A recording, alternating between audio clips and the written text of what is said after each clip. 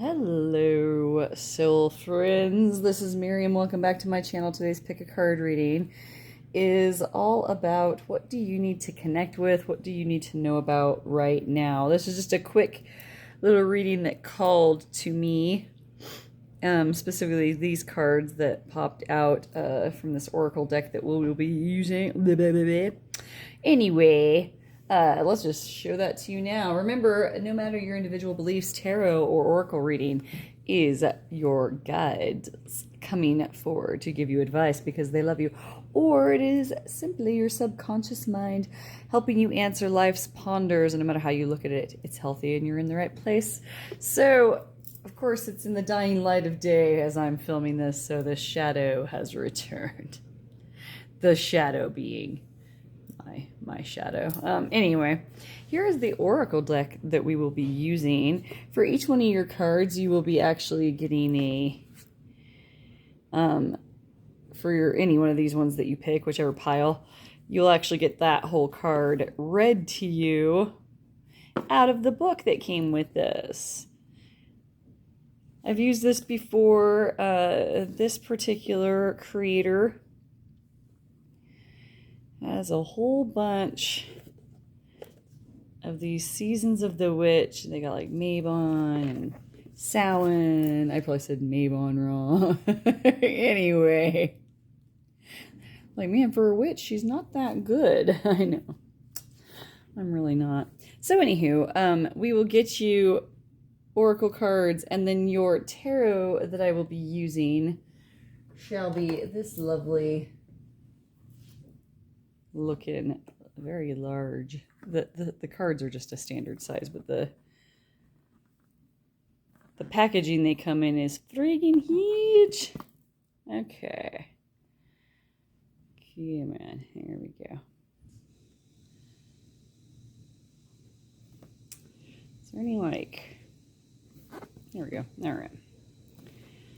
That should be enough to help you find it. All right. So we have pile 1, pile 2, pile 3, pile 4, and pile 5 today. So this should just about do me in on the energy front. You will see me get more and more crazy as we go. So maybe I'll mix up which order I film these in. Ooh, that is a good idea. That way I don't tucker out and give this person 2 hours and this person 15 minutes. I'm like, I'm done. I don't care about it. Yeah, I'll do these in a different order. All right, we'll see you in your individual readings. Wait, did you want to see your stones? Oh, heck. I forget to do this all the time. All right, pile 1. Yours is this. I don't know what it is. It was a gift. Pile number 2. You got some smoky quartz. It's actually quite clear once you pull it up to the light. But then it's very opaque when you put it down. Interesting, eh? We also have this one. I'm not sure what this is. They called it an ocean rock. But it's very diverse in its color scheme. I really like it. But yeah, it found me quite by accident. This, I've been told, is green moss agate. However, it kind of looks like ocean jasper, so I don't know. You cannot quote me on these things. I don't have a rock tester kit here or anything to help us figure it out. And then this one is chrysocolla. Am I saying that right? This was also a gift. I put it bluey side down so that it would match the card better. All right, so you had your stones to choose from. Also, the images of the cards may have been calling to you. I felt like the images of the cards called more to me than the stones. So if that helps you decide. And if you're drawn to more than one, oh, I'm sure I'll ramble something off to you in both. Okay, we'll see you in there. Bye-bye-bye-bye. Hello, pile 1. So if you picked this card and this stone, you picked the molasses card. It says to move forward, you must know where you are headed. There's a moth on this card. The windows are a little bit frosty or dusty. We got a little white candle. We got some little orange flowers. Got some little red trees. Crystals. Now, I can't tell what crystals I have, but those are rose quartz right there. Right there. Righty there. Some kind of a little knick-knack of some sort.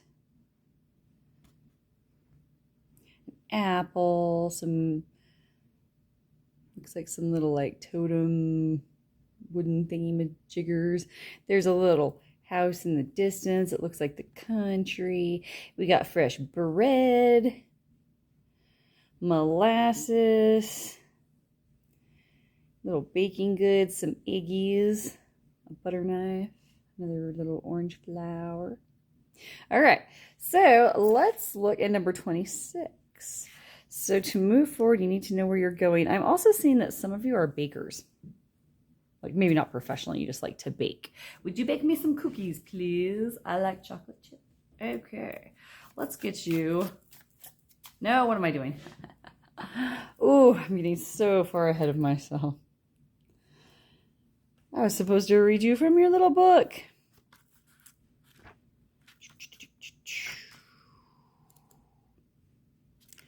This booklet has all kinds of little things. I'll do a review on this at some point this season. As you can see, everything looks kind of fallish, even though we're doing timeless readings. It is fall, and I like to keep it seasonal. My goodness, it's so dark. Hang on, let me pause. All right, sorry about that. So the molasses card, number 26, the keywords are stagnation, laziness, lacking motivation. Ooh, I feel like this one's for me. You notice I haven't like posted videos like worth a darn in like weeks, and then all of a sudden it's like, hey, yeah, there's a bunch of videos on there. Sorry about that. To move forward, you must know where you are headed. I also like the whole don't look back unless you want to go that way saying. I don't know why that kind of popped into my head as being relevant. All right, you can read along with me, or you can listen to my awful voice. Your higher self chose this card because molasses represents a period of uncertainty when the path ahead isn't clear, and despite your best efforts, you simply cannot seem to move forward. Standing still is very frustrating, but you are in this period of pause so that you can take some time to get a full understanding of where you actually want to go. This card will often visit you after a period of significant but unintentional action. You must have made many choices in haste of late and are coming to regret some of your decisions. Perhaps you said yes too quickly and now wish...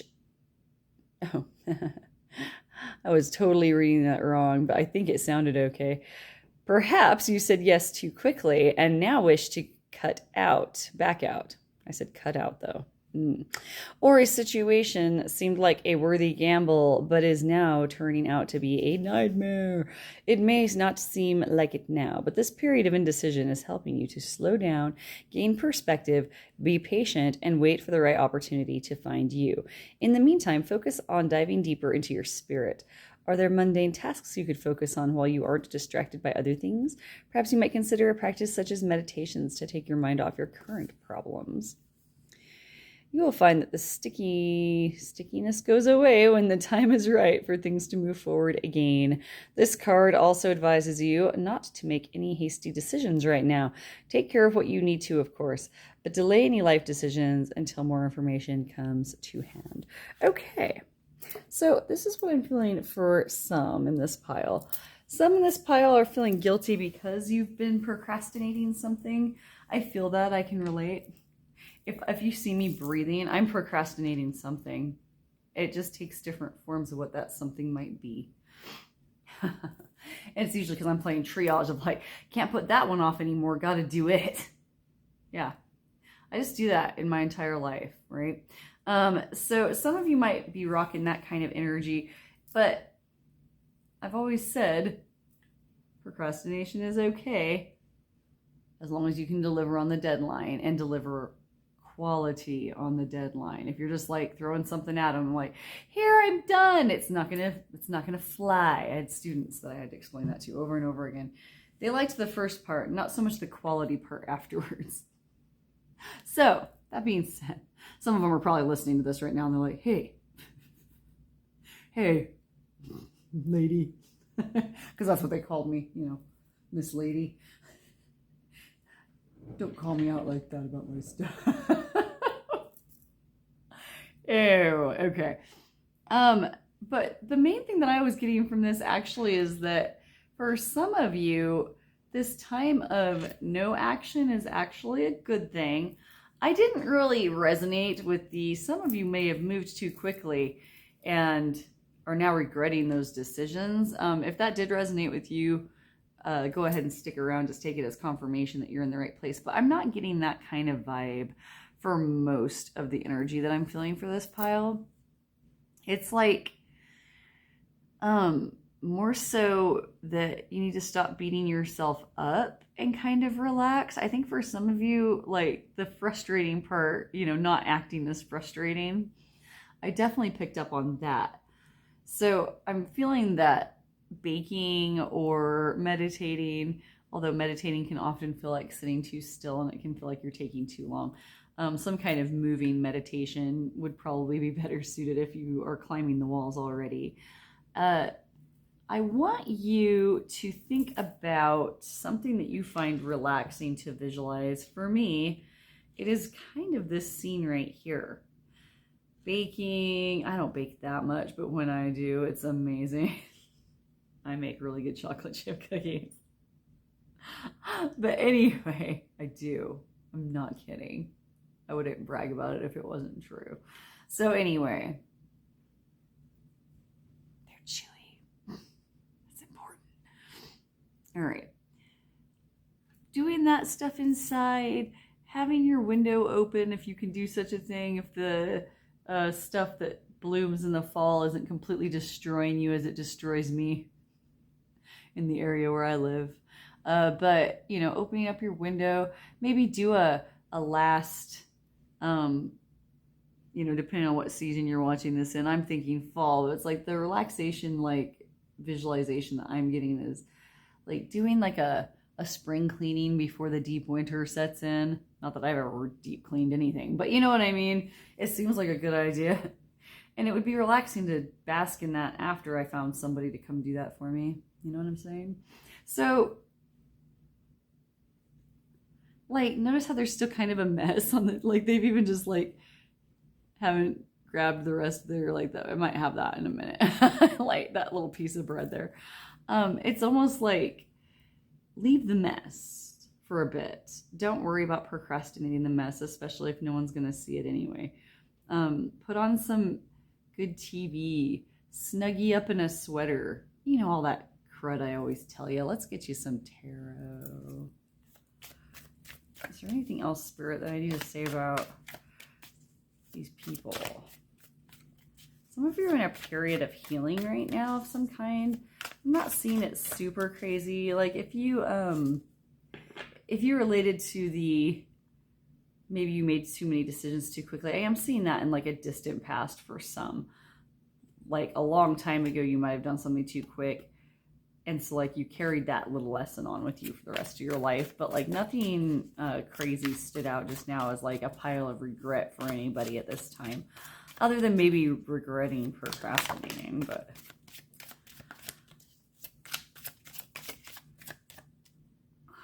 these guys.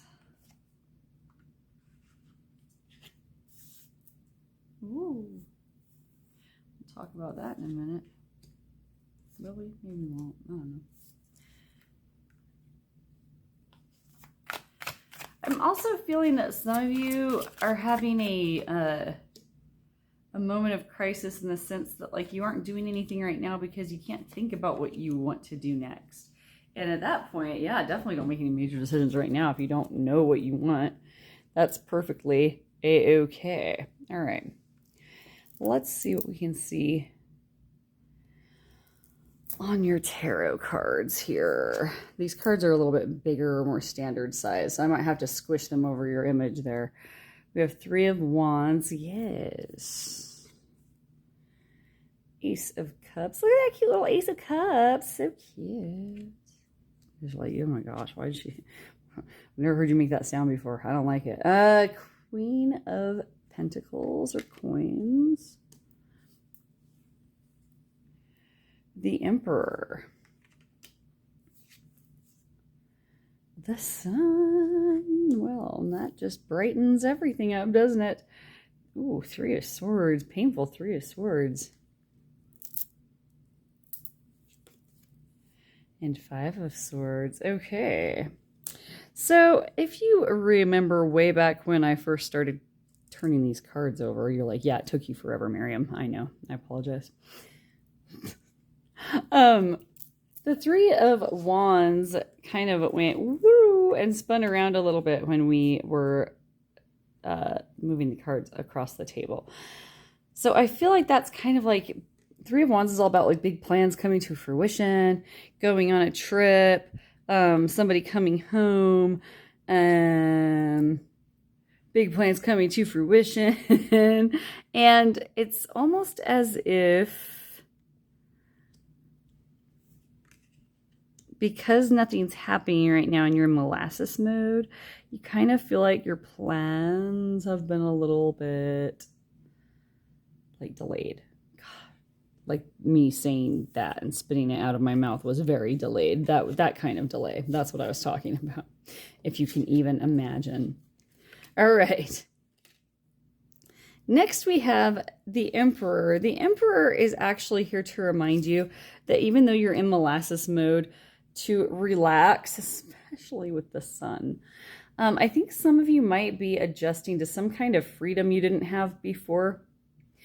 And you're starting to actually feel like your own boss in some sort of respect. I think some of you might just be having time off right now. Okay. Or maybe you are spending more time on your own than you did before. And so, you know, or you're between jobs, or you're between a big project at school, or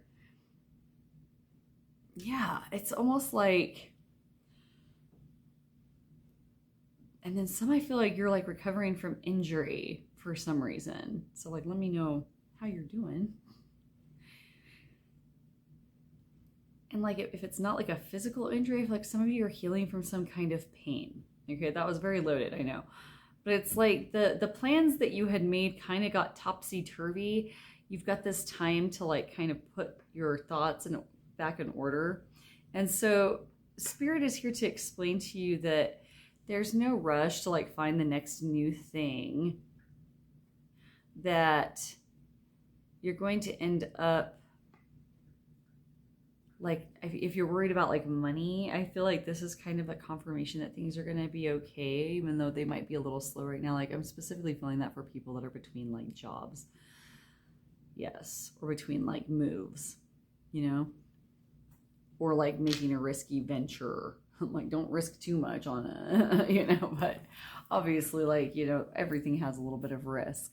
And so I'm feeling that in the sense that your guides are saying that this time is not only okay, it's like crucial to some of you, because you need that time to gather your strength, rest, and step into the power that's coming in, which is the power of the Emperor and the power of the freaking Sun. Woo! I also see the Three of Swords and the Five of Swords after that, and they're next to the Sun. So what that is saying to me, Three of Swords is about heartache.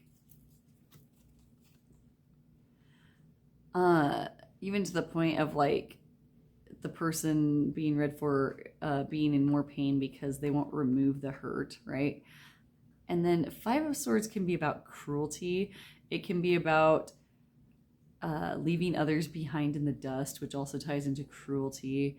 It can be about doing whatever you need to do to get ahead, so selfishness, okay? It also can mean like a Pyrrhic victory, like sacrificing someone else to get the win that you want, right? So all of that is coming into play because they're next to the Emperor and the Sun. I almost feel like some of you, this time of rest and restoration is leading towards your big message is that you're resting up because you're carrying the power to actually put these things to an end in your world, whatever form they might be to you. So whatever form heartache is taking and selfishness and cruelty are taking to you. Like I'm seeing with some of you that you're getting into like a job or a career that helps people who are hurt by these things, and that you're going to be this shining light and this wielder of truth and justice and hope for a lot of people around you. Woo, nice. Some of you might be writing and coming up with some kind of writing that will also your message. So like maybe if you're not like writing a novel or a blog or anything like that, that you might be like speaking through another medium like art or performance art, or even what you bake. You know, maybe you're one of those foodies that like food is like an art form, right? And not just an art form, like a form of therapy, a form of healing. Yes. What else? And notice how the Queen of Coins has like a crown. I feel, and then the crown of the Emperor over here.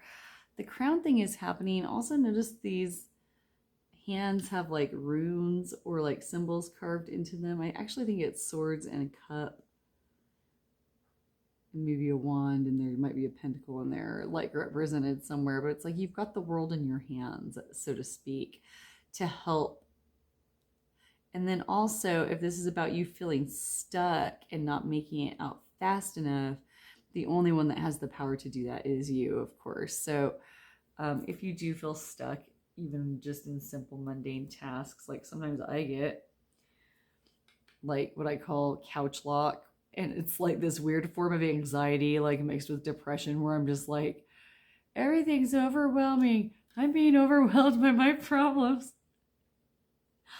And I'll just sit on the couch and watch bad TV, if I can even muster to turn on the TV, and just stare for a long time and get like, you know, who knows, 20 minutes, an hour, an entire week. No, I'm just kidding. But you never know.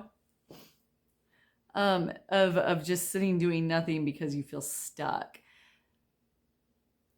Just get up and do one thing is what I'm hearing there, like one thing at a time. You don't have to do everything and have all the answers all at once. You don't have to make it to 3 of Wands, the Emperor and the Sun all at once, right? What's step 1 for this person here? Well, step 1 would be, if you're down on your knees praying in that position, go ahead and keep praying, but go ahead and stand up and start seeking some help on somebody that can help remove those instruments that are holding you like that are holding you in place. I see that for some of you, moving out of this pattern might seem a little painful, especially if you're in some kind of a grieving period. I'm feeling some of you. Some of you might need to tune into pile 2, just because I know that the card for that one was grief. So if you are grieving something specific or someone, you might feel stuck in that sorrow. You also need to understand that like there's a difference between sitting locked on the couch and not crying or feeling the feelings, you know what I mean? So for some of you, I'm feeling like a message of timed crying might be something that's in order. Timed crying is you get out the stuff that triggers you into crying, and you cry your little eyes out until your timer goes off, and then you're done. It seems really mechanical and a superficial way to grieve at first, but what it actually does is it helps you get that grief out, especially if you're dealing with like the death of a person or like the loss of something huge like your home or your job or a pet, that kind of deal, where you need to get that out because you might be really busy and not be in the position where you can cry sometimes, like at work or around people who don't give a crap, stuff like that. And so timed crying is really good. Like I actually timed cry differently. I do it like, I take a shower and I go ahead and think about all the stuff that triggers me and like cry it out while I'm in the shower. Once the shower is done, like I'm done washing my hair or whatever, or the water gets cold, which would happen at my house in like a half hour, then cry time is done and I'm done. Usually I get it out pretty fast. Like usually like maybe 10 minutes is all I really need to really sob it up. You know what I'm saying? But that way the tears go down the drain just like the water. Nobody's the wiser that I had a good cry. I don't have to explain myself to anyone. I don't have to worry about somebody trying to comfort me and they don't know what to say. You know, it just really helps with what they call breakthrough crying, where you're like at work and you hear a song that reminds you of the person that you're missing and you just start bawling because you cannot help it. That's going to That's going to happen regardless from time to time, but the timed crying really helps. Especially if you have a hard time getting your feelings out in front of other people and you're around people all the time. Sometimes it's just impossible to grieve as much as you need. So, you know, or maybe you're like me and you don't like to cry because your face puffs up and it makes your allergies worse. So the shower is also useful for that. Alrighty. Anything else that I need to say? No, I feel like I've said a lot. So I'm going to go ahead and let you go. These are just random messages from spirits. So I apologize for me sounding so like, I don't know what's going on. It's because I don't. But thank you for being here, my pile ones. If this was helpful, go ahead and let me know how in the comment section. You can also give me topic ideas there. If you'd like to book a private reading with me, there are ways to do so in the description box. Thank you so much. We'll see you in the next one. Take care. Bye. Hello, pile 2. So if you picked the smoky quartz and this card, you picked the grieving card, number 19. It's such a beautiful card. I love like the colors. All right, the chambers of your morning are surrounded by nothingness, emptiness waiting to be seen. Interesting. Number 19. I'm feeling that for some of you, this grieving that you're feeling, I feel like a lot of you might grieve like me when, you know how like in grief you have a lot of different stages of grief. You have the anger phase, the denial phase, all of those. The anger phase for me is usually the biggest phase that is hard for me to get through, is the anger phase. It does not matter if I'm grieving or what, but yeah, if there's an anger phase to be had, I'm going to have it hard. Okay. And I'm seeing that like her face looks angry and she's got her fist clenched, right? I feel that some of you definitely might be grieving a loss of a loved one, and I apologize, and I'm so sorry because I look like I handle death well, but deep down inside, I don't handle it well when I lose like my loved ones. So let's go ahead and take a look at what there's to be said about all this grief. All right, we're gonna read the whole thing. So saddle in. You can also pause it and just get past me talking and read it yourself, because it should be clear enough. I read it through the camera, which is why the shadow is there. My apologies. Keywords are grief, mourning, deep sorrow, and heartbreak. The chambers of your mourning are surrounded by nothingness, emptiness waiting to be seen. Your higher self chose this card because grief isn't just about the death of a loved one. Mourning is defined as feeling regret or sadness about the loss or disappearance of something. You can grieve the end of a career. You could grieve, the end of a career, a move from one place to another, letting go of a dream, or seeing your children leave the nest. While grief isn't pleasant, it's important to acknowledge the loss of something or someone that was important to you. Doing so doesn't reduce the love you had for what you've lost, but it does give you a way to let go and move on. To ignore your sadness is to deny a meaningful part of your life story. Pulling grieving is an opportunity to embrace the heavy emotions you have been carrying. Express the fullness of your heartache as a tribute to what once was. And then, once you have cried, screamed, gotten angry, or sad, your spirit will be free. It's only when you deny your grief that it becomes baggage. Will you feel sad from time to time? Of course. Memories have a way of creeping in, even with a healthy grief process, but it won't be a constant thorn in your soul. This card also reminds you that it's okay to feel sorrow for something or someone who is gone, even if that person or thing brought you great harm. The bad memories don't erase the good ones, and there's nothing wrong with cherishing any happiness you once experienced together. It doesn't matter if other people don't understand your grief, because it isn't theirs to understand in the first place. Dang. I don't know about you guys, but that hit me in my feels. Because I'm in a period of grieving for sure. So yeah, I feel like for some of you, like you're dealing with several griefs. I feel like maybe one grief led to another. Like, for example, sometimes if a person passes away, everyone has to move, Sometimes if a person passes away, your business or your livelihood changes drastically. Sometimes when a person passes away, your day-to-day function changes entirely. And that also goes for pets passing away.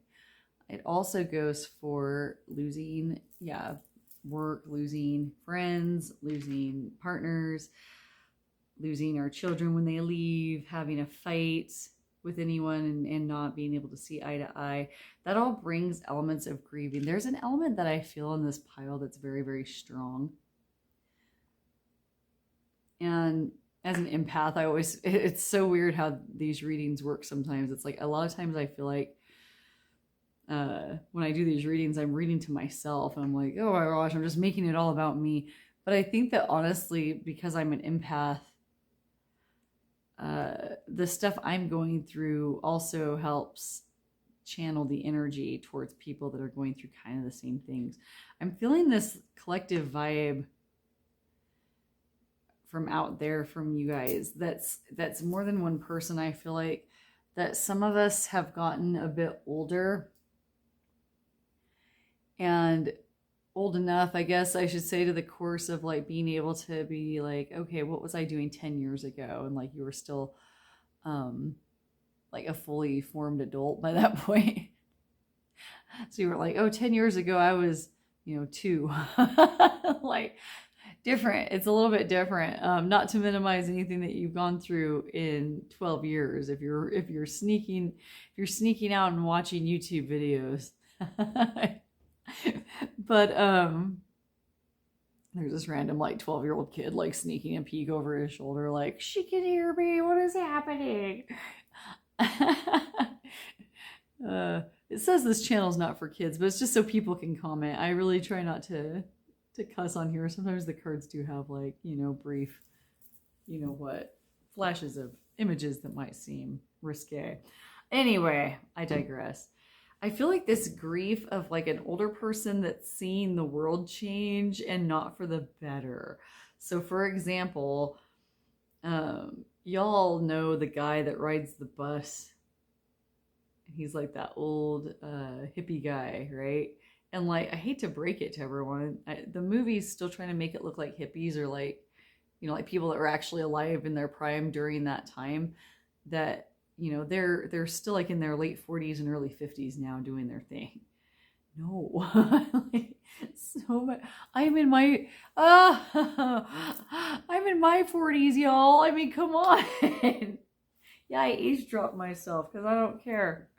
You gotta figure out by now the movies that I quote that I'm some kind of a 90s kid, But yeah, see how I said 90s kid? It's because like, yeah, that's how old we've gotten as far as TV. TV is like still making people that were in their prime in the 60s, like my parents, right, are, still hanging out and doing like active things, and some of them might be, but like in the movies they're like in their late 40s and early 50s. Like my parents are older than that, you know what I mean? I'm not gonna age drop my parents, but you know what I'm saying, like guys that fought in Vietnam are like in their 70s, like well into, you know what I'm saying, like that kind of thing is what I'm saying. So yeah, I get that feeling of like, the little guy on the bus that talks about the 60s, like he's still back there kind of in his heart, you know, and talks about the music then was the best and his times then were the best, and the world has just gotten like crappier and crappier since then. And like, I get it. It kind of has, you know. I saw a meme the other day that was talking about, you know, millennials. Okay. I'm not quite a millennial. I'm actually a little bit older. I'm like on the cusp. I guess you could call me a millennial if you wanted. But it's like they still talk about them like they're these snotty teenagers, and like, no, they're like in their 30s now, you know. Like, they are. So there you have it. It's just kind of like the media has skewed it, and like we don't notice how much older we're getting. But I get that sense of grieving, not so much like, oh, I wish I could go back in time when it was better. Because if you're a millennial, especially, it never. Everybody keeps talking about how bad it is. No one ever's like, oh, this part's been great, you know. Like, or like people talking about the 80s, like the 80s were so great. And I'm like, I was there. Granted, I was a little kid, like a really little kid in the 80s, but I could form an opinion at some point during the 80s, and people were not talking about how great it was. They were talking about AIDS and cocaine and the war on drugs, and AIDS was a big topic of discussion because, like, you guys, so many people died, you know? And so I go through periods of time where I mourn, you know, like when I was teaching, I would mourn the kids not understanding September 11th, okay? And, you know, or like the year that I actually heard a kid make a joke about, you know, September 11th, on September 11th, and feeling my heart just break in half, you know? It was just kind of hard, you know? And I think about people who were alive during World War II and hearing like Holocaust jokes and things of that nature. It forms a grief inside your heart. And I feel like we've had so many changes over the years that grumpy old man on the bus is like, it sucks now. Like, we've kind of all become, we're all carrying a piece of that in our hearts in the modern times, because there's not a single, I don't care, and I do not get political, but like, I don't know a single person who hasn't been alive in the last, you know, 20 years who hasn't witnessed or been through directly something that made them feel that piece of that little old man on that bus. It was like, this isn't how it's supposed to be. You know, you feel me? Okay, I gotta move on. My God. What a weird reading, you guys. What a strange... This is what happens when I fly by the seat of my pants and your guides just take over. It doesn't become a regular show. So, I appreciate you listening to me preach on and on about grief. But yeah, I feel that for some of you, it's like a small gnawing grief like that. You know, it sucks that that's happening right now and it shouldn't be this way. You know, even something as simple as like something that used to, you know, not cost so much, like costs so much now that you can't afford it, you know, stuff like that. I'm feeling that.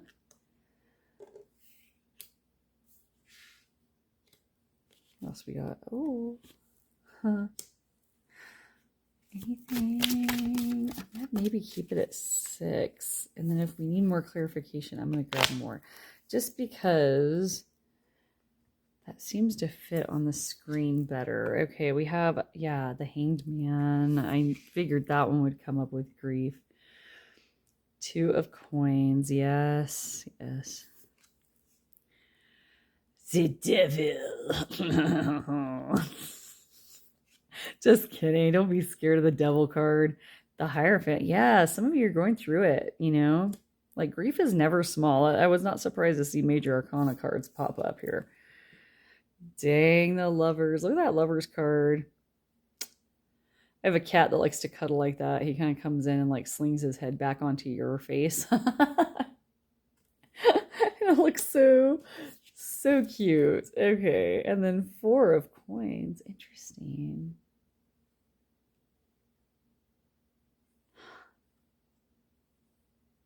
Huh, I got a pain in my... I got a pain in my side, and those look like thorns, like a thorn in the side.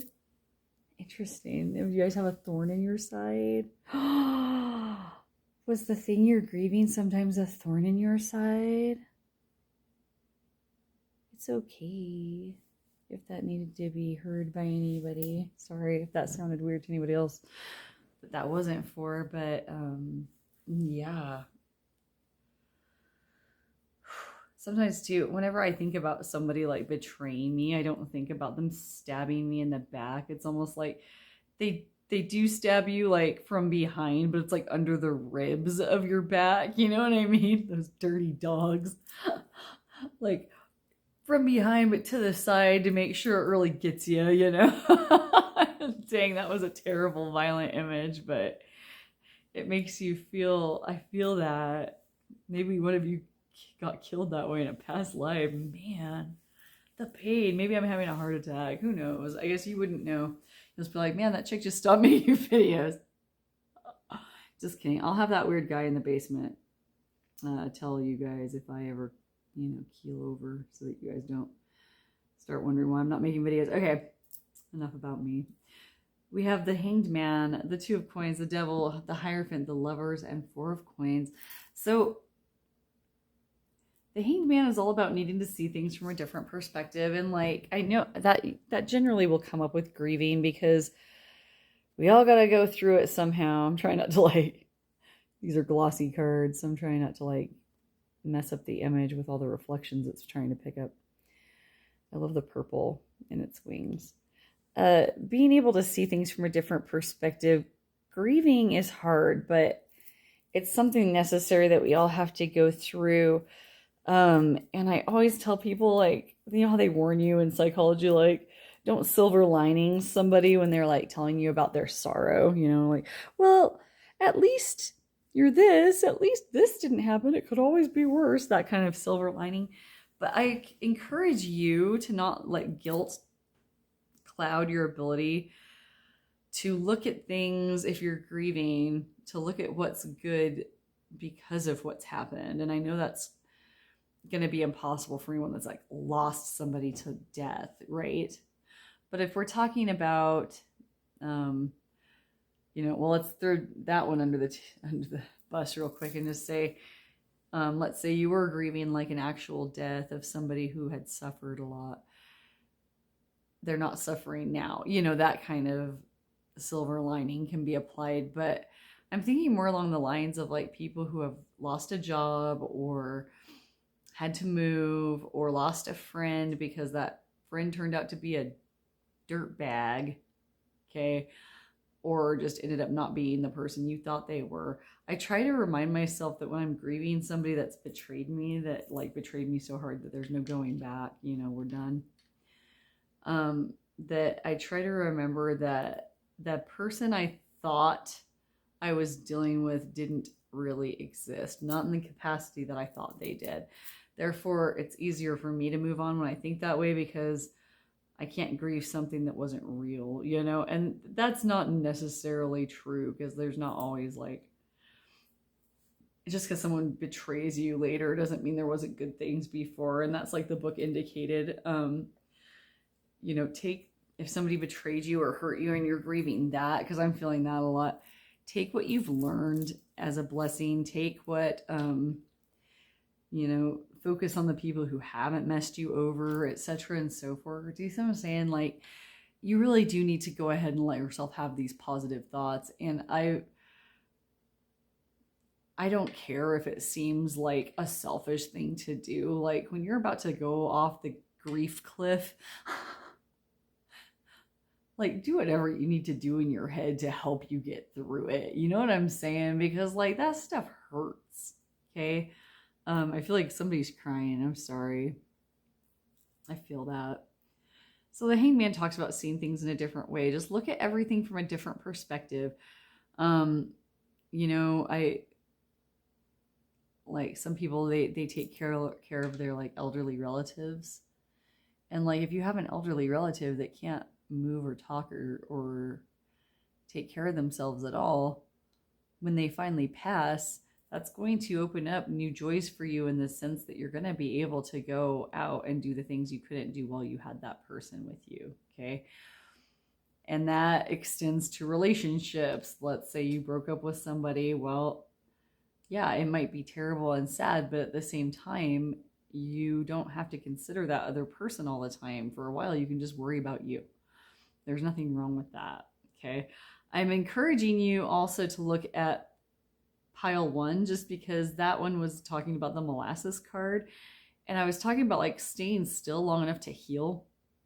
And so I feel like some of you do need to kind of, go through the feelings, let yourself feel them, and then let yourself heal. I feel like some of you are trying to do both, like you're trying to grieve and heal at the same time. And like you kind of have to do icky stuff first before the healing can begin. It's almost like putting a bandage. If you skidded down a hill and it was covered with like sticks and branches from old trees, you would be like, your cuts and scrapes would be full of barks and dirt. Barks, plural. Barks and dirts. Let's make some non-plural nouns plural, shall we? Some non-count nouns. Let's do that to them. Okay, so that being said, you can't do both at once. You've got to clean out the cuts first, etc. and so forth. I know, metaphor. Sometimes I like it when people use metaphors, and sometimes I want to punch them in the face. So go ahead and own your feelings, whichever one you want. Yeah, don't be bound. Like the devil's all about being oppressed in some way or being obsessed. But in your case, I think it's almost like this idea of like, just because you're grieving does not mean you can't take in some pleasure from time to time. In fact, you need to relish in what pleasure you can get. That doesn't mean like, well, I'm sad, and when I'm sad, I drink, and therefore I'm going to drink my face off. Don't be like self-destructive, obviously. But, if you're like me and you get bad news, and I don't do this, the entire grieving period, or I would die, but when I first get bad news, I go to a store and I get a donut, the freshest donut I can find. And I just sit there and eat it in the parking lot with like a big carton of chocolate milk. I don't say anything. I look like Keanu Reeves in that picture where he's eating that donut on the side of the road. Everybody was like, what's wrong with Keanu Reeves? I was like, yeah, what is wrong with Keanu Reeves? Like, nothing was wrong with him. That was just where he chose to like sit down and have his snack. But when it's me, I'm actually sad. Like, if you see me out there somewhere eating a donut, just like my car door is not even shut yet, I'm just like hanging out half out my car, like eating a donut and chugging some chocolate milk. I just lost something dear. Like something, or I'm grieving. I'm not trying to make jokes, but I am trying to. Like, one of the things I do when I'm sad is I will make jokes. I will also try to encourage people to go do something fun after funeral rites. You do all that, you're dressed up and everybody's like having a rough time, and you go through all the formalities, and there's food to be had and words to be said and things to be read, and it's pain to be felt. It's very hard. So afterwards, if it's summertime, I get everybody to go swimming, go jump in the water. If you can't go swimming, go for a winter walk, go through and look at some Christmas lights somewhere. Whew, you know what I mean? Like, and if you're grieving on your own and you're not like going to a funeral or anything like that, if you're just grieving the world, do some cathartic work. Like, for example, we were talking about September 11th a second ago. This is a timeless reading, but I filmed this during September with my Mavon cards that I just got, right? But feeling festive and all. And it's been years since I've watched anything about September 11th. And so this year, for no reason in particular, I watched like old news footage and documentaries and cried my eyes out. And it was just something I had to do. Like, I hadn't done it in a while. Like, I'm picking September 11th because, if you're old enough to be watching this channel, even though we don't cuss or do anything on there, it's just so we can comment. you know, unless you're like very, very, very like young, like, you know, 20, right? You remember, or at least the people, or at least your parents or whoever, you know, remembers that time. They remember exactly where they were, what happened, how it changed the world for them, how whatever they felt about whatever, you know, was never the same, etc. and so forth, how they feel on the anniversary, etc. and so forth. There's sometimes where I can't grieve. I have to push forward. There's other times where I have to sit down and watch a sad movie and cry about it. You know what I mean?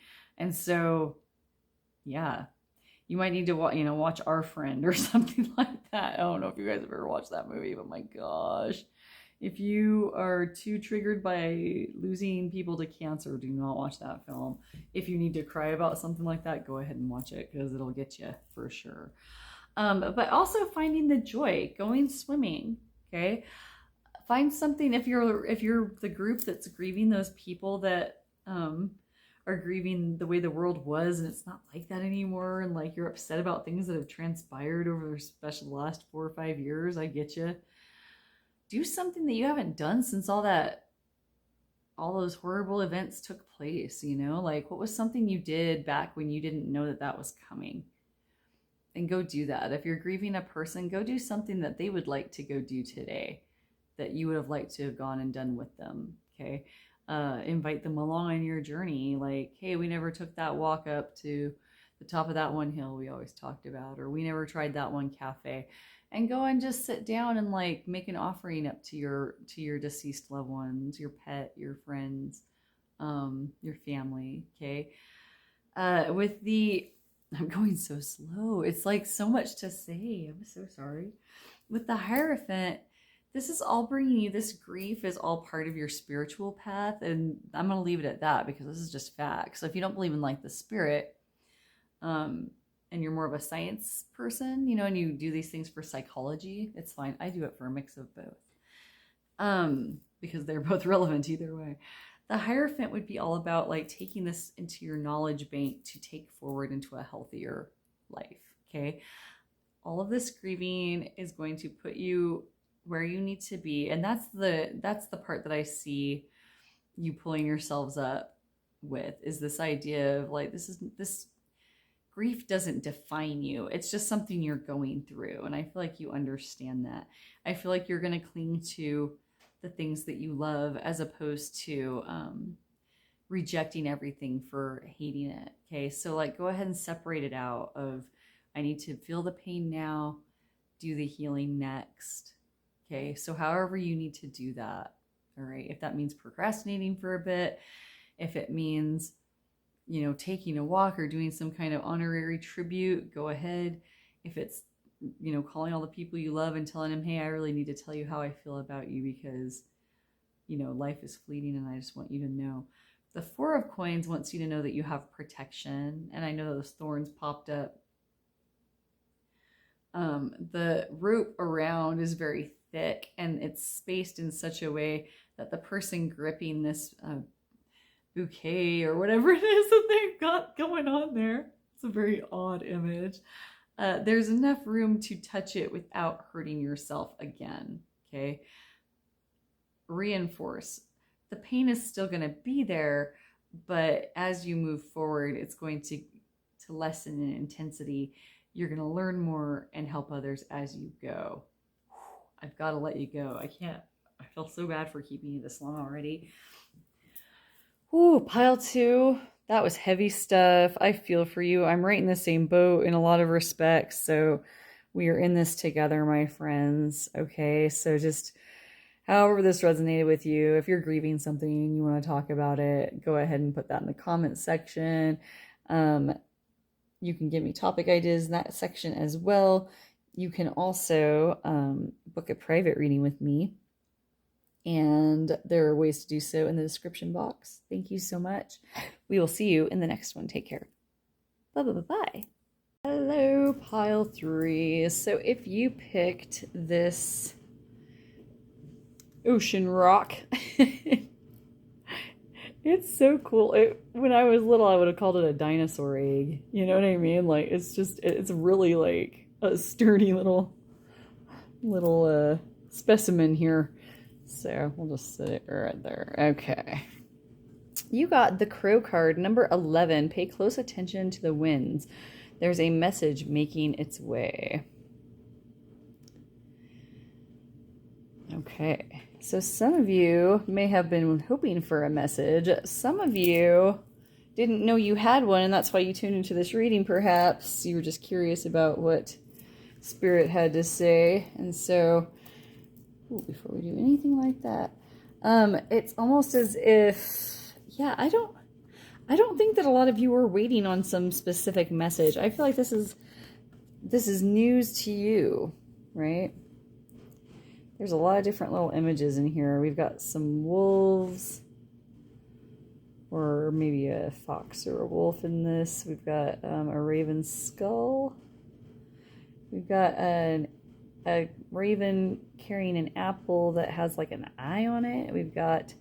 There's some kind of little bundle on the ground. Do you see it there? Oh, and another little apple with an eye. Oh, it's a hand coming out of the ground. Oh, spooky. I believe it's wearing a ring. Interesting. Okay. Lots of apples with eyes. I like the way her necklace is like glowing. Very, very strong moon energy. I also am feeling, you see how the moon is like eclipsed? It's almost like some kind of new creation. Yeah, it's newness coming in. And 11 is also like 11 is about change. Let's look and see. Man, I always film these at the wrong time. In the wrong room, in the wrong table, and all of that. Okay. You're going to get this whole shebang today, my friends, so I will try to keep it in the light, but also get it close enough. Something's coming. Messages. Pay attention. Pay close attention to the wind. There's a message making its way. So some of you might hear messages in the wind, like you might hear voices in the wind. I don't, usually. If I lived somewhere where the wind was whistling, I probably surely would pick up some phrases out of that. But I do hear weird, hey, kitty cats, no fighting. If you hear my cats fighting, it's because they hate each other. I know. Your higher self chose this card because a message is coming your way and is warning you. Sorry, my little icons on my phone. I read this through my camera so you can actually see it. But my icons cover them up for me, so that's why I move it around. I apologize. For you to keep an eye out for important signs and clues of what's to come. Nothing truly manifests without warning. The signs might be, sorry, I'm going to have to do it over here. The signs might be subtle, but they have been prompting you your entire life. You might feel a sensation such as a tingle in your neck, or perhaps a decision gives you a sense of dread. You might have an idea that instantly lifts your spirits, or feel some electricity when you meet someone new. All of these sensations are clues that attempt to steer you towards a rewarding life. Pulling the Crow card is a sign to trust in your intuition, especially in the coming days. You may be quick to dismiss your feelings as being silly, and perhaps they are in many societies. However, you're connected to the spirit realm, where all things are possible, and the only right answer, and Miriam's big old thumb, the one that gives you a feeling of peace, joy, and success. Trust in your ability to read the messages of the universe and know there is always a pathway to safety for those who know where to look. And then over here we have whether the message coming your way is good or bad remains to be seen. Look to other cards within your reading or select additional cards for more details. Okay. This one also has an extra. So you're getting extra reading. You're like, yay, Miriam, you're so good at it. Adjusting your antenna. It would be best if this exercise could be performed while standing or sitting outside in nature, although it can be done anywhere. Place your palms on your jawline and your fingers cupped over your ears with your thumbs under your ears. Take a deep breath in and out, then repeat the in and out breaths, but this time lift your fingers from over your ears while leaving your palms on your jawline. It becomes an open door, closed door situation. To close the door, you cover your ears by cupping them. Then you open the door by lifting your fingers away from your ears. Continue to do so as you take deep breaths for at least 1 minute, then sit in silence for 5 to 10 minutes and receive your message. So when they say you can do it anywhere, probably don't do it on the bus. They might give you some funny looks if you do it there. But that was just a little, sorry for blowing my nose on camera. My gosh. That's just a little bit of information from the book. Yeah, your guides are definitely, this, it's funny that your card is basically the whole topic of this entire reading. It's just like, what do you need to know right now, today? What is coming through? With the ravens and the crows and all of that, it's like I'm seeing big life journey stuff. I am filming this in the fall, but it is timeless. If you are reading or watching this in the fall, you could just be feeling that season because you're connected to it. So Scorpio vibes, Libra vibes, those kinds. Okay. Who else is in the fall? I'm sorry, I'm terrible at astrology. You know who you are if you're a fall baby. Okay. So that being said, let's get you some tarot. But yeah, ravens are all about like death and rebirth. As some of you, I feel like I'm just gonna, you know how I love movies, y'all. I love that movie, The Crow, with Brandon Lee, the like original one. It's so good. I highly recommend if you're into like that gothic kind of 90s feel, you know, exactly the 90s feel. Even if you weren't alive during the 90s, you'll still get the flavor, you know what I'm saying? Ooh, speaking of flavor, here we go. I definitely feel like there might be a Scorpio or two in here. Okay. We can sense our own.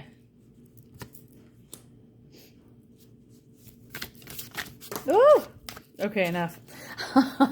That is plenty. I don't even know what just happened there. And I'm not going to run it back to find out. My gosh. Look at all of these. Okay. I don't even understand how this is happening. All right, here we go. Don't worry, it doesn't bode badly for you necessarily. I mean, it might. We haven't even flipped them over yet. Okay, there's a lot of cards here. So, not being able to zoom backwards, we're just going to have to hope that you can still kind of see your main card here. And we're just going to start flipping these babies over. Okay, we have the 9 of Wands. Oof, the 4 of Swords. 3 of Coins. Ace of Wands. Wow, you got a lot of cards. They're making me work. 6 of Coins. Ah, your card. Just kidding, it wasn't that dramatic. Just overwhelmed with all these cards. Oof. The Hierophant. Interesting. The Fool. The Hierophant's been popping up for me and everybody I know. The King of Coins. 5 of Swords. So is that one. And King of Wands. Man, I love antlers. You know what I'm saying? Okay. Can you see all of these? Okay. Good enough. Don't worry, I'll pick them up and talk about them way too much. Everything in the upright position. Interesting. Okay. So, my beautiful friends, let us discuss what's going on here. All right, so you just have a random message coming in, so let me make sure I've got it clear of who all I'm getting messages for. And if there's like message categories I can lump you guys into. It might just be one very specific message. Just give me 2 seconds here. Okay, so 9 of Wands is usually an indication that you're hanging on or sacrificing something that you might not need to or actually want to. It also can indicate doing something for a certain amount of time to the point where you feel kind of beat up, like tired, like battle weary is what I'm trying to say. 4 of Swords talks about rest. So like your guides right now, right off the bat, regardless of your individual situations, and I'm going to try to lump you all into one, but you know how it goes, y'all. It's their game. I also see a goldfish, even though I'm not seeing a lot of water cards here. I see a goldfish right here.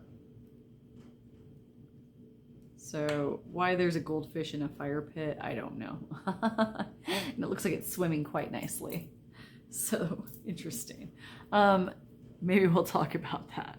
So with the Four of Swords, that talks about rest. So your guides are telling you right off the bat that, like, regardless of what you're hanging on to or what you're battle weary from, you need to, like, rest because you're not done yet. Oof.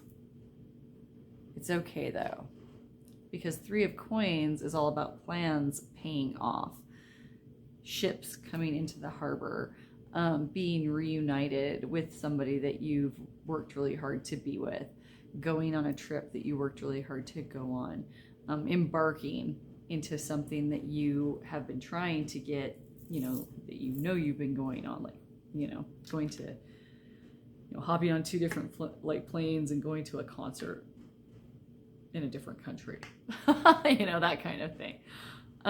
It happens.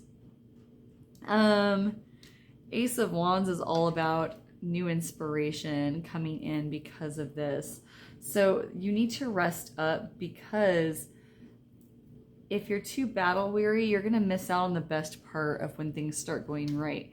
6 of Coins is all about things coming into balance and being helped when needed, and also being bountiful enough to help others yourself when you're in the flush, as they say. So do they say that? Oh my gosh, it doesn't sound like somebody would say that. It's your guides. Anytime I say something weird, I just blame you. I'm like, it's something special. It's not my fault. Okay. 6 of Coins is about balance. It's about giving and taking, or giving and, I should say, giving and receiving, right? Helping those in need, receiving help when you're in need. It's a nice balance of all 3. I feel like some of you have been battle weary because of some kind of imbalance at work or in your world. And you might even be looking at things in a global scale, depending on what kind of work you're into. Or you just might be one of those really involved people who knows what's going on in the world, and it affects you because you're empathic. And you want to, you see the matrix, you see the big picture of how you think the world needs to be. And when you see injustices happening in it that you feel like would be simple to change if only people would just wake up, like activist kind of vibes, that can also be a very tiring thing. You could be working in a really toxic environment. And maybe there's not, maybe it's nobody's fault that it's a toxic environment. It could just be because of the area that you're in, the economic situation of the community that it resides in, right? Like if you're some kind of a civil servant, like you might be in a hospital that takes in really, is in a kind of rougher part of the city, or a school that's in a really rough district, that kind of thing. You work in a gas station that's in a terrible neighborhood, think of anything like that. It's that kind of deal of where you see a lot of terrible things happening, not just in the workplace itself, but just in the area around you, even globally, it could bother you very much. You've taken strides, it looks like, to at least conduct yourself in a way that is moral and right to you. And I feel like this is a lot of people are embarking on some kind of career change or life path involvement of volunteering your time in some way, going back to school to get some kind of, but you want to do good works in the world is what I'm seeing. And you're tired. I also noticed that a lot of times when people have that calling, they've already had a rough life. And so it's woof, don't forget to rest so that you can enjoy things coming to fruition, because new inspiration is coming in as a result of these plans going so well. So whatever you're working towards, this message for you is to tell you that that's going to work out. It's going to come to fruition, okay? It's going to inspire you. It's going to make you think that the impossible is possible. Maybe that's my message with that little fish being in the fire, even though there's not really a fish there, I don't think. There's people you'd be like, Miriam, you tripping, girl. There is no fish there. What have you been consuming? The Six of Coins is all about finding balance. You might get a raise. Oh, that's a client. Okay, sorry about that. So yeah, with the Hierophant, it's like this is some kind of big life stuff as far as what you are moving towards, what is moving towards you. I do see that after this, this period of rest will help you enjoy the good stuff. I'm also seeing, I have to be honest with you, that there is going to be bad stuff that you see. And I think that you're prepared for that. I think, but based on the grittiness of you guys, and I don't mean you guys are gritty, a ditty. I mean that you have grit, that you have a Zizu, that you have, a goodwill to go forward, that you have a strong, stiff upper lip, kind of strong silent type stuff. That you're the person that runs towards the explosion, not away from the explosion, right? So, yeah, EMT vibes, firefighter vibes, military vibes. I'm getting all of that. With the King of Coins and the Fool, your guides are telling you to have faith. That's another message they're bringing forward to you with this rest. To have faith that you will be protected through most of this journey that you're going through. You will witness unimaginable cruelty to others. This could just be the world that you and how you see it. But that if you just keep yourself classy, keep your integrity in place, whatever your moral code is, don't break from that. Okay, so the integrity of those kings, the King of Wands and the King of Coins, it's like the logical King of Coins, and then that fiery passion of the King of Wands. And King of Wands also means falling in love with something. And so I almost see you like falling in love with this path you're on, or falling in love with this energy of doing, carrying the fire, as they say in Cormac McCarthy's The Road, being good guys, right? If you've never read that book, read it. It's all about being the light in the world, okay? So I see that for you, my pile. What is this? Pile 3. Yes. All right. I think that's all I have for you. We're going to stop there. Thank you for being here. If this helped, tell me how it resonated with you. If you would like other readings and topics, go ahead and give me ideas in the comment section as well. Book a private reading with me. There are ways to get a hold of me in the description box. We will see you next time. Take care. Bye-bye-bye. Hello, pile 4. So if you picked this pile and this stone and this card, this is your reading. Oh my gosh, where am I going to put this? Let's sit it right there. We got Queen of the Dead, 31. Fear not the rage of fire living within, for it is the power of your fierceness waiting to taste you fully. Ew. Little skulls for a crown. Snakes for like death and transformation. The full moon. Okay. Or new, I don't know. Don't talk to me about the moon. I'll get all messed up.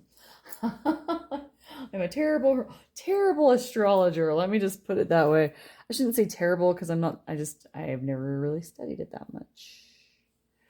I'm more about like mediumship and energy. It's mostly mediumship. Okay, so let's read. But I mean, okay, so starting off, I'm getting Scorpio vibes for sure. I'm also getting shadow work vibes, which is totally all about embracing your dark side. If you haven't already, you might want to go check out my Your Dark Side videos. I probably have more than one. Okay. Or like As Above, So Below videos are also can be about shadow work. So I have videos on that as well. So go check those out if you wish. You can also comment like, hey, Miriam, where are those videos? And I will link them to you. Okay. Yes. Let's look and see. Number 31 is going to be way up here. There she is. Because I'm going to read this to you. I'm going to zoom way in, and sorry for the shadows. Shadow work, shadows.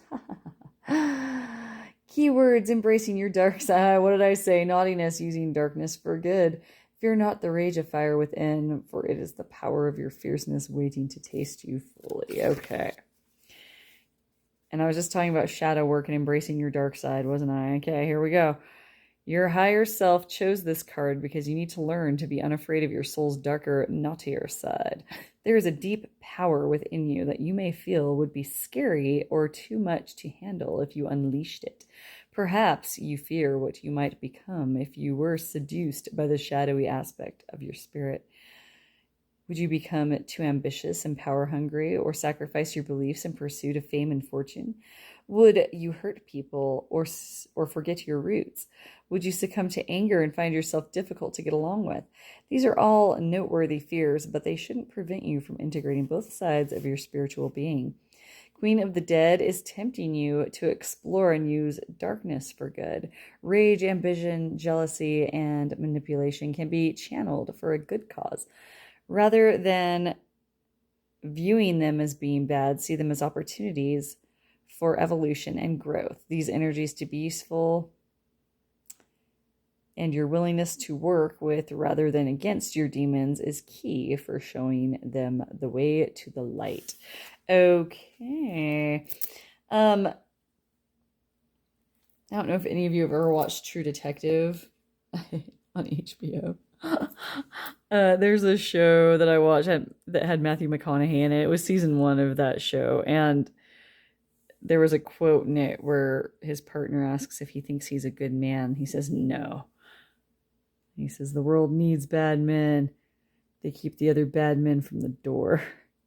And I'm getting that vibe, okay, with this energy. This message for you is that, yeah, you don't have to feel guilty about exploring your dark side. It's something that's healthy. You know, for example, if you have dark impulses, there isn't anything wrong with exploring those impulses within the confines of your own mind and in the privacy of that space, okay? You're not acting on anything, right?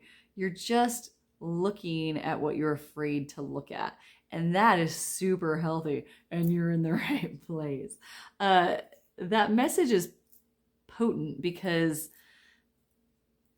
it's there. That darkness is there, whether you want to acknowledge it or not. And like, we can't acknowledge it fully or we would become monsters or whatever, right?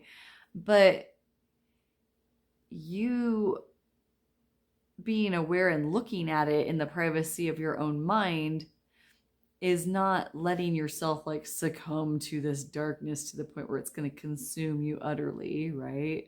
You're just looking at it to learn more about yourself. Okay. Shadow work can be a really cleansing and healing ritual of like anger work. You know, if someone like victim work, if you've ever been like seriously like, you know, they have like therapies for people who've been like severely like hurt by like attacked, you know, physically attacked by someone. And they have those therapeutic, you know, you'll see them on TV where like the guy will be, in, you know, they'll have a person inside a suit that would be like impossible to beat him because it's like a, you know, it's so reinforced. And then they let all these people come in and just like pummel him. And it's just this way of getting aggression out. Or those shops where you go in and they let you break glass bottles, you know, but they give you like safety gear so you don't hurt yourself, you know, axe throwing, you know, those kinds of deals. They're therapeutic in the sense that we all have these darker, destructive vibes. Okay. So instead of going out in your car and going at 1,000 miles per hour and risking your life and the lives of everyone else on the road, you know, maybe explore your dark side by going on a roller coaster ride, which could also kill you. Don't think that it couldn't, you know, stuff happens. We are on YouTube. Go check it out. Yikes. But it is a relatively safer way to go than, you know, risking, you know, people on like an actual road, right? So that kind of thing. If you dislike somebody, you're not going to really get over it if you don't sit down and explore to yourself why you really dislike that person. I absolutely hate that these cards are so glossy and you can see all my greasy little fingerprints on them. Yeesh. It bothers me. Let me know if it bothered you in the comments. I've been like wiping them on me, but like the material I'm wearing is not taking it off. So I apologize for my thumbprints and fingerprints on these cards. But look, there's one for you. There's another one. What message does Spirit have for my pile 4? Man, if I've been calling you pile 3, I apologize. I usually only do 4 piles. And I know this is my second to last one. So I keep, you know, I didn't do them in different order like I thought I might. Like I should have probably. Any others? Hello. Oh, welcome to the party. Ooh, let's invite you too. Okay. Ba-bang. Let us see what we have. Oh, those are on top, but they came out last. Just like this. Okay. Let's see what we can see. We have the Ace of Coins. The Devil. It's not the first time the Devil has shown up today. The Hanged Man, not the first time the Hanged Man has shown up today either. Temperance. Let's go Ruchi. Ruchi.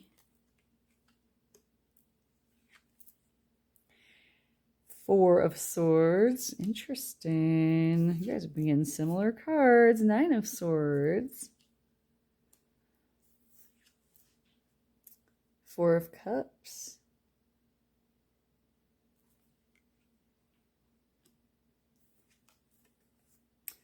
And Strength. Man, that's one hell of a strength card. Ooh. Can't you feel the strength from my strength card? It's quite strong. Okay. Like, what was with the accent? I don't know. Do not know.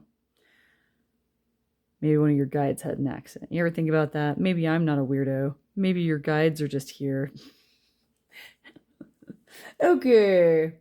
So, with this idea of exploring your dark side, we have the Ace of Coins. That's all about new, fresh, bright beginnings. Well, guess how you're going to get there? Looking at the devil inside of you and seeing it in a different way. How can you take it to the next level? Like we were talking about that Matthew McConaughey line.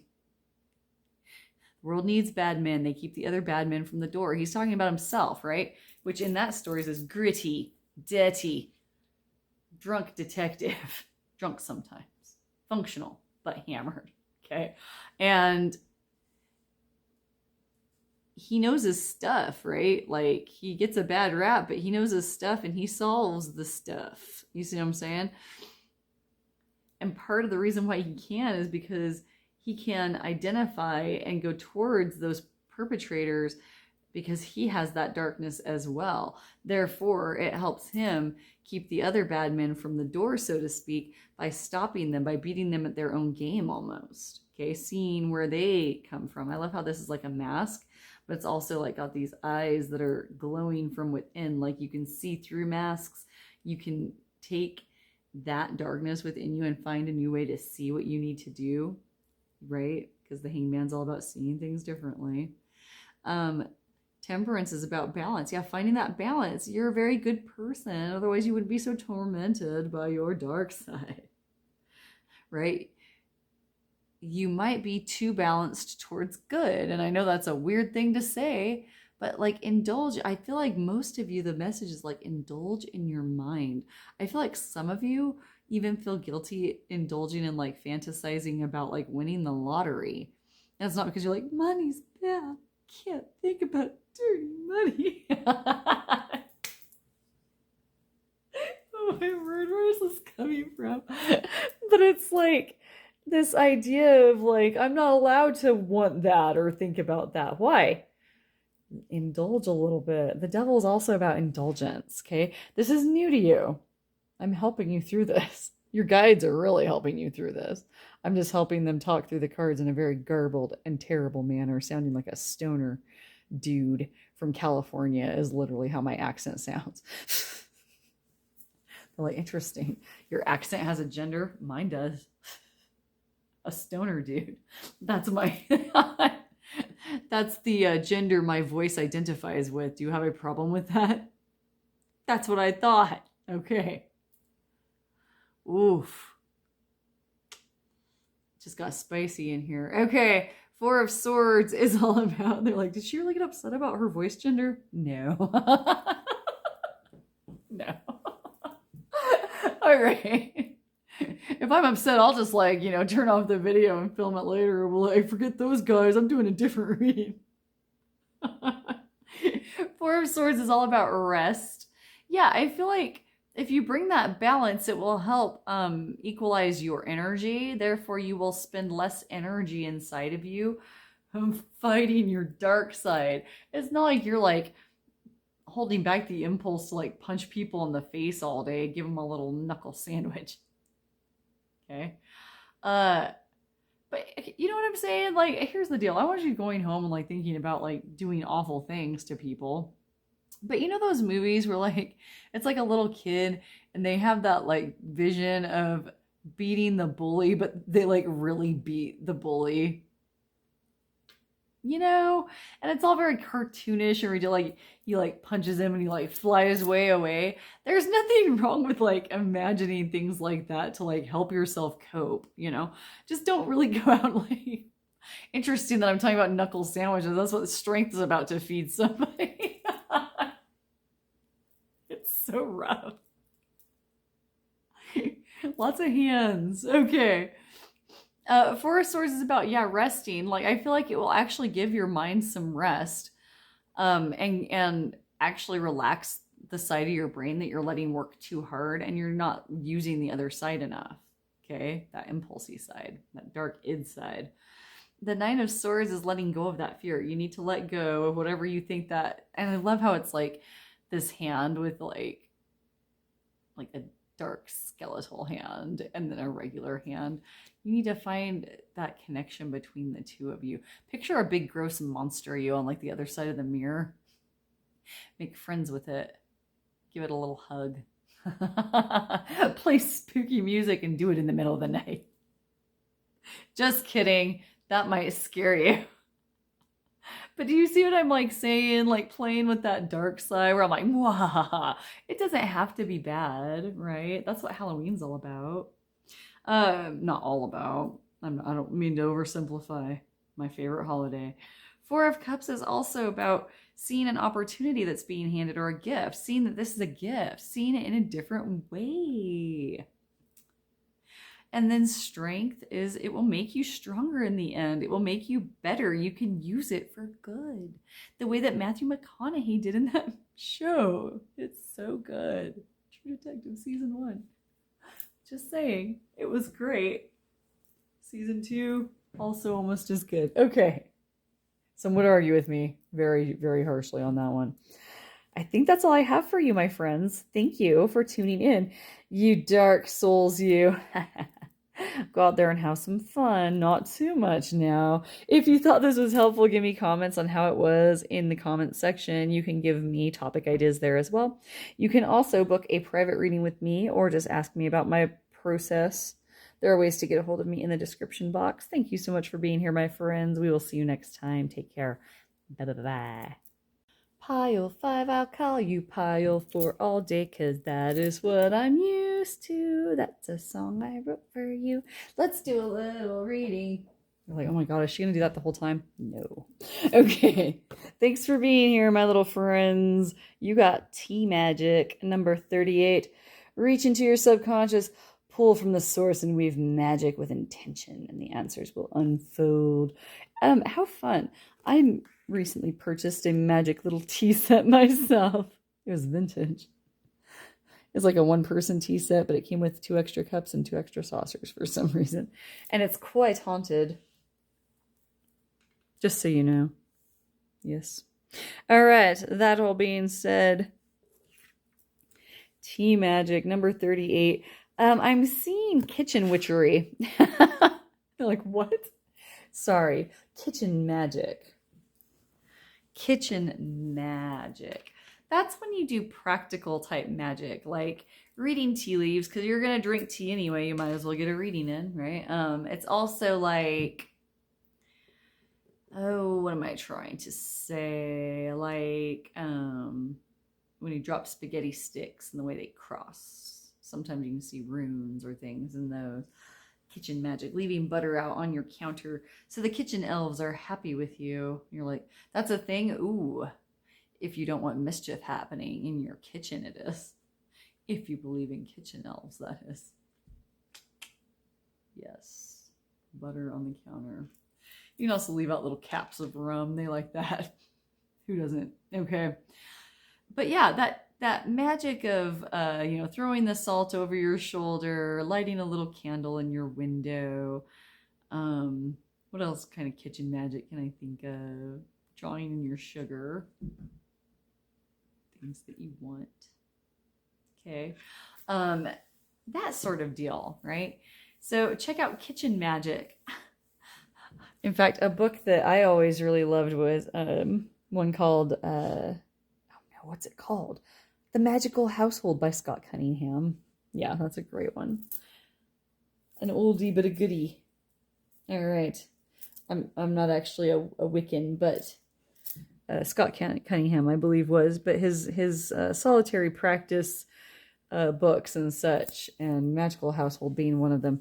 It's just such a fun little way, especially if you're moving into a new house, like really magic that place up when you go in, or if you're moving away from one, really magic it up when you leave. Kitty cats, stop fighting.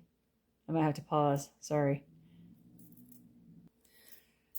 little fighting kitty cats. Okay, so yeah, it's like, I feel like for some of you, you might already practice magic or some kind of, meditation, like spiritualism type stuff.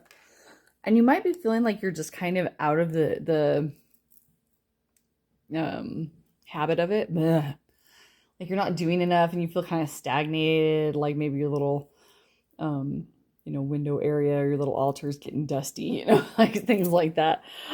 So what Spirit is saying in this main message here is that there are everyday things that you can do to weave your magic. And weaving your magic can be, it doesn't have to be actual magic, but in a lot of people's cases, I think it is, sort of. So if you're into like spiritualism type stuff, find ways to like, like, oh, I can't meditate because I have to work all the time. Well, like find like little sitting at your desk meditations that you can do on a break, those kinds of things. Let's look at what the book has to say. It's going to be way over here. There it is. I'm going to zoom way in and read through the camera, which is going to make me mess up, so I apologize. But you'll be able to see it very well if you want to pause it so you don't have to listen to me. Aha. Keywords, answers, hard truths. Reach into your subconscious, pull from the source, and weave magic with intention, and answers will unfold. Hard truths. Interesting. Come on, baby. Thank you. Your higher self chose this card because the answers you're seeking have been right in front of you for some time, but you've chosen not to see them. Tea magic will visit you when there is a hard truth that needs to be heard and you're experiencing some form of denial. You may even be doing it unintentionally as your ego's way of protecting you from something that may be hurtful or difficult to understand. Tea magic is spiritual intervention, telling you that while it may be hard, it's time to rip off the Band-Aid and face the truth of your situation. Take time to think about where illumination needs to occur. What have you been avoiding in your life?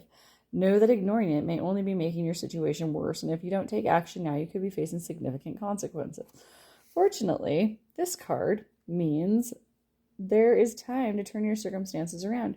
Your situation will be, will still be challenging, are you sure? But deep down, you already know what to do to overcome this obstacle. Before you can face this monster, you need to acknowledge that it's real. Ooh, here's a divination tea spell just for you. They don't all have these, There is a great tea to drink before meditation and vision, psychic, and divination work. You will need 2 teaspoons, that's teaspoons, just kidding, blue lotus flowers, 1 teaspoon rose petals, 2 teaspoons dried lemon balm, 3 teaspoons dried mugwort and honey. Steep the ingredients in boiling water for 5 minutes, then strain. Drink a cup before you start your practice. I will not, because I'm probably allergic to half that stuff, but you can try it if you like. All right. So that all being said, my friends, I feel like they were kind of being very cautionary or foreboding with that message there. I'm not feeling that for you, so we're going to put that aside. Unless you felt it really resonated, you can tell me in the comment section, like, no, I really needed to watch what I was doing. Yeah, I feel like maybe a little procrastination in like your spiritual works, or like, I feel like some of you are kind of in that period of just kind of going to work and coming home, waking up and doing it again, because there's not much else you can do. I feel like this time of year, whenever you're watching this, is like a busy time for you, where like you don't have much time to do much else. Okay. I'm definitely feeling that for some of you. So let's go ahead and get some clarification. Hello. Hi. Oh, thank you. Thank you. Okay.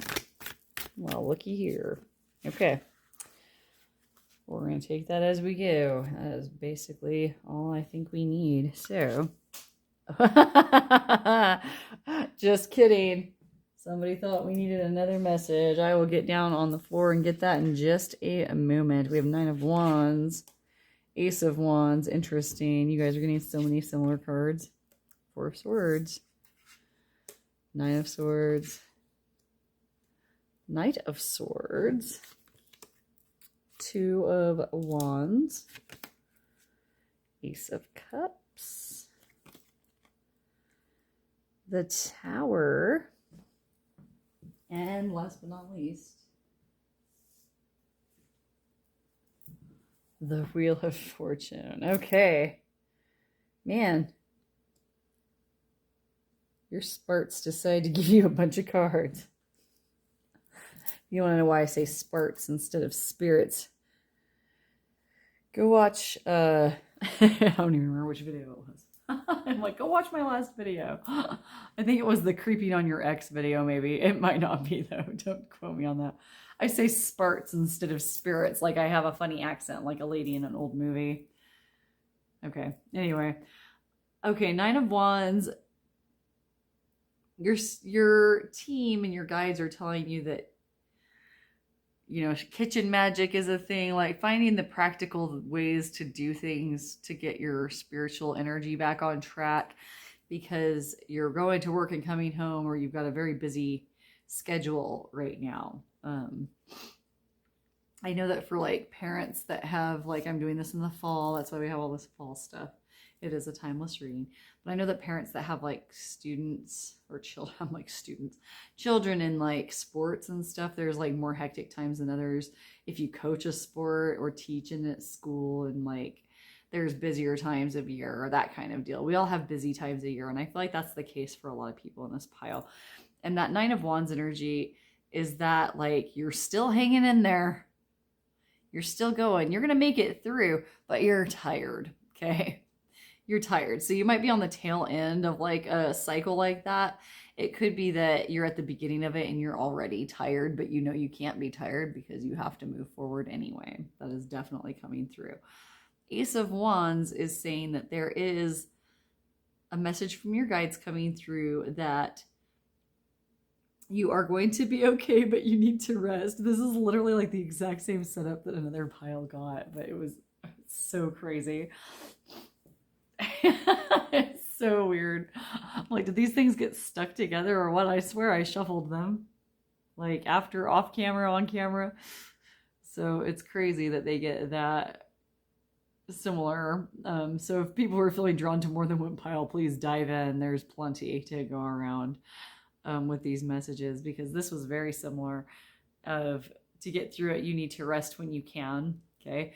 And so if you're like feeling bad about not doing magic-y stuff, like spells and those things, a lot of times those can be involved. Same thing with meditations. If you're into like those types of meditations where you're like moving your body, okay, like with like chi, or if you're doing like yoga stuff, all of that is like, it takes time and energy. And like, you might not have time with all of this that you've got going on. I feel like some of you might have already caught a cold, right? Or like, at the start of this and you're like, oh, great. Now I get to go through this sick, that kind of feeling. It could be like you need to drink a hot toddy. Have you ever had a hot toddy? You can have them without alcohol if you're not an alcohol drinker. They are amazing. They're like these hot little lemony like tea drinks that have honey and a bunch of other things I don't know, because a friend just left one for me on the porch one time when I was sick because they did not want to contaminate themselves with my germs. Amazing. I'm sure there's a million recipes online you can look up. Yeah, hot toddies. Yum. And like, yeah, definitely soothed me, made me feel really good. So, and it didn't have alcohol because I don't drink alcohol. Just a little. All right. Don't worry about the fact that you don't feel like you're doing enough. You're doing all that you can, my friends. Like, I also feel that from the Knight of Swords. It's like you're charging in full force. Notice the scissors look to appear to be bloody. You're like, blood has been spilt and we're going forward anyway, right? With the Two of Wands, usually Two of Pentacles is the whole like juggling two things at once, but I feel that with this Two of Wands as well, that you're burning at both ends, right? You're just going forward no matter what. Okay. The message your guides have is that you need to make sure to rest so that you don't have a crash, like a tower moment where you're just like, I didn't have it. Like you already have a cold, but you charge forward and you don't drink your hot toddy. Therefore, you're not hydrated. Therefore, you get pneumonia. Therefore, you go into the hospital. Therefore, you don't get to do all those things you needed to do because you had to recover there instead. Nobody wants to recover in one of those places. Just saying. Like, well, would you rather be without one? Depends on what I have. I have to be honest. There's some things where I'm like, let me die at home. I don't care. Childbirth not being one of them. Not that I would have children to speak of, but you know what I mean. If I was pregnant, I would definitely go to a hospital. I'm not one of those brave souls that's like, I'll do it at home. Like, nope. I'm like, I need people there that I can scream at to help me that look like they're helping me even if they can't. Good times. All right. That's such a strange segue. I wonder what's going on there. So with the Ace of Cups, like, don't forget, like, I'm seeing that more as like a pampering yourself card, not so much a, oh, you're embarking on this new romantic journey. Just based on the way these cards are set up, is more how I'm reading them. Like, take your little bird baths and relax. My gosh, you've got to relax, like, from time to time. So if that means sacrificing time doing your little meditations and stuff because you absolutely need to get some sleep and take time to drink water, you just need to do that. Do magic in the shower. Okay, I'm always like, she went on this weird shower kick with, like crying in the shower and like, hey, some of the best magic happens in showers, and it's because you're in there in a bunch of water. It's cleansing. You can't really focus on more than just what you're doing in there, so it's like a nice little focusing type deal. It's soothing. You've got water, and that element is very good for creativity. It's just, I'm telling you, it's a magic place to be. And you can do magic in that shower. You can imagine the shower washing off negativity off of you from your day, the blood off of you from a bloody, awful day, figuratively, maybe even literally for some of you, depending on where you work, okay? Not being dramatic. Some people have to come home with blood on them. It's a thing. And they may not have committed violence. I know. It's crazy. It's like, she's so weird. I know. What I'm also seeing is that, yeah, everything is like right on. We knew this time was coming. Right? I feel like this is kind of like, it might be like, if you're watching this right around the time that I actually uploaded it, apparently Mercury's in is it Mercury is in retrograde again? I don't know what any of that means. All I know is that whenever that happens, all the spiritual people that are like my colleagues are like, oh no, it's so hard. And I'm like, It is hard. Why? They're like, it's Mercury's in retrograde. And I'm like, oh, I don't know what that means. So tell me what that means in the comment section. No, I'm just kidding. I could probably look it up myself and educate myself. It just seems like it happens so often. I don't want to know. I'm like, I've heard enough. All right, other things. Yeah, that's the main message I'm getting, you guys. So like, do your meditative magic-y side little projects kind of in the middle of like while you're just making it through this time. That's what your guides are saying. It's not going to put any like major cogs in your life path to just kind of take this time for what it is for. You're stretched so thin as it is. I think that the main message your guides wanted you guys to hear in this particular pile is that you're already kind of at, you know, a quarter of a tank, and like you still have like a tank and a half ways to go. Yeah. So you've got to rest up when you can. You've got to let things go that like triage, you know, like you got to let things go that can't be helped at this time, okay? And just move forward as best you can, resting up as best you can so that you can continue forward. Don't let fear also take, if you're having trouble sleeping, I feel like that might be specific to some of you, and I need to talk about that real quick before I go because nobody wants to lose sleep. I feel like some of you might actually have to do an exercise in like doing your meditation at night when you're trying to go to sleep, of like shutting your brain down and figuring out a good healthy way to figure out how to do that. There's a tea called Yogi bedtime tea that I drink that's really good. Hopefully they don't kick me off now because I made a commercial in the middle of my video. It's just I have allergies, so like there's only like 5 things I can have, and that's one I can have, and it's called bedtime tea. It doesn't have chamomile in it. I'm allergic to chamomile. And it does help you sleep. So like find the sleepy tea for you. Find your hot toddy. Okay. I'm so sorry if you got a cold. They are miserable. And so I want you to feel better and drink lots of water and get lots of rest. Okay, Miriam loves you. I do though. I hope you feel better if you're sick, and I hope that this was helpful. Go ahead and leave me comments on how it was. Topic ideas also go in the comments section. You can get a hold of me. There are different ways to do so in the description box. We will see you next time. Bye-bye.